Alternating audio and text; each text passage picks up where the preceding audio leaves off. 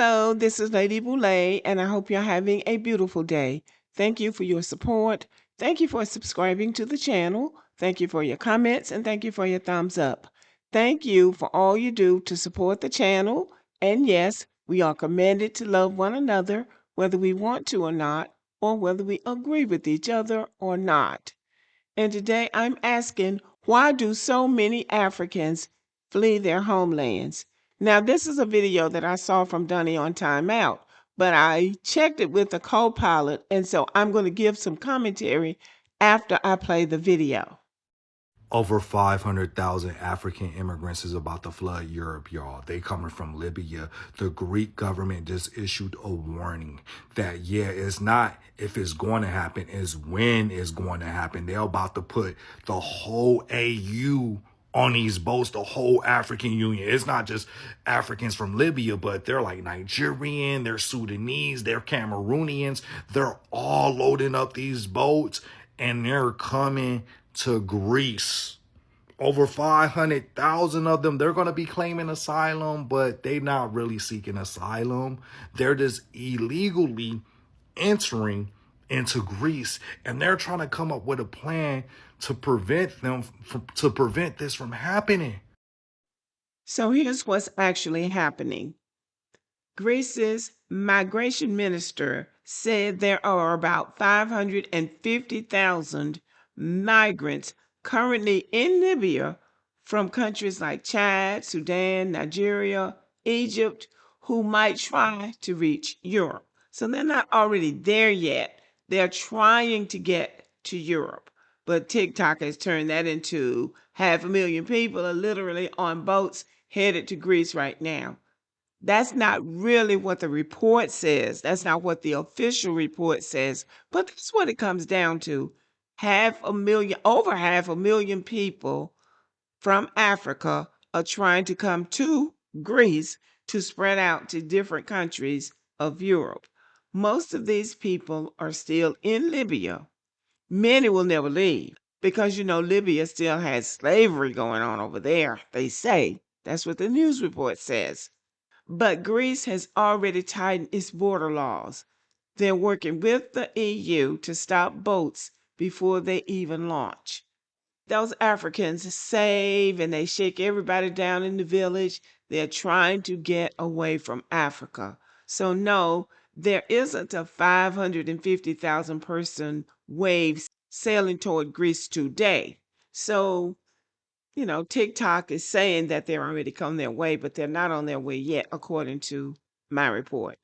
But why? Why are so many Africans fleeing their countries? I asked the co-pilot why so many Africans are fleeing their homelands. What is the reasons? And this is what he said.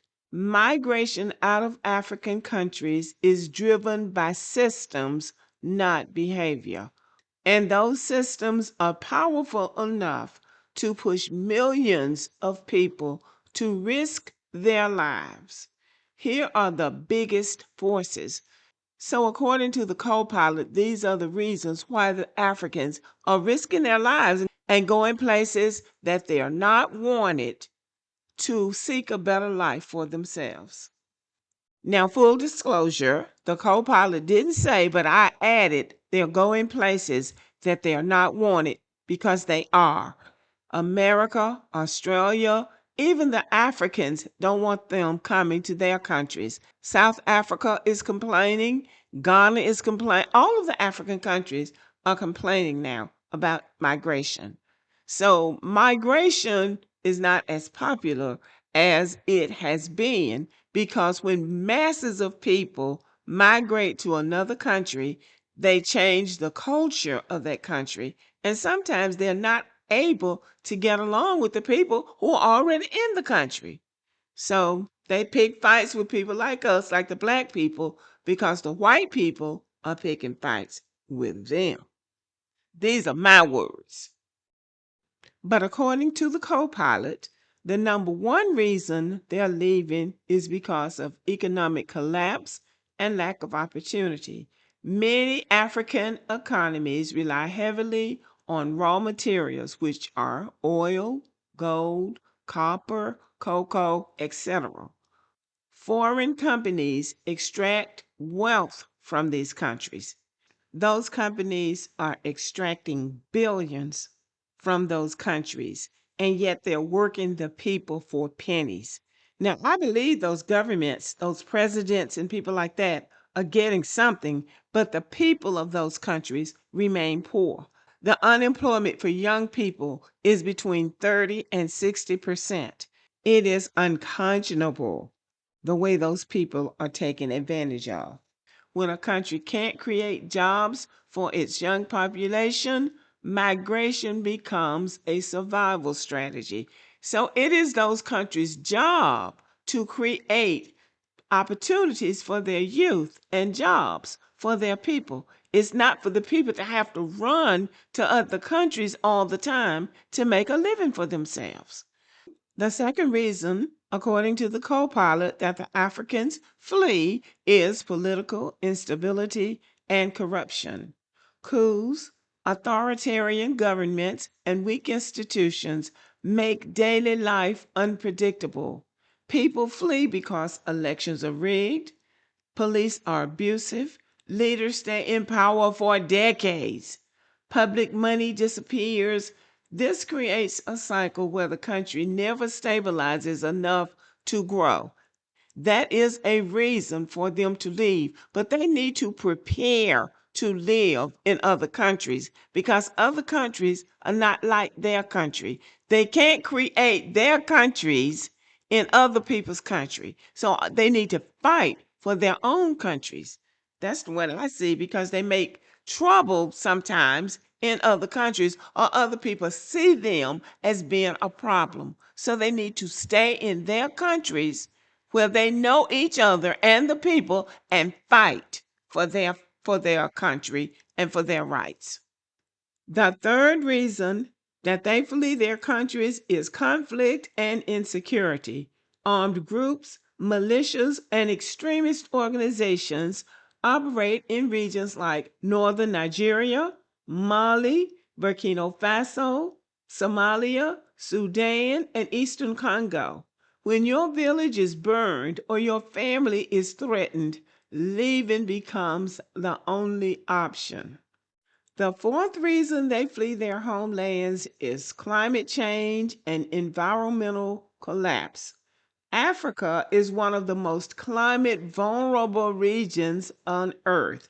People are displaced because farmlands turn to desert, drought kills crop, floods destroy homes, and fishing waters are depleted. When the land can't feed you, you move. Fair enough.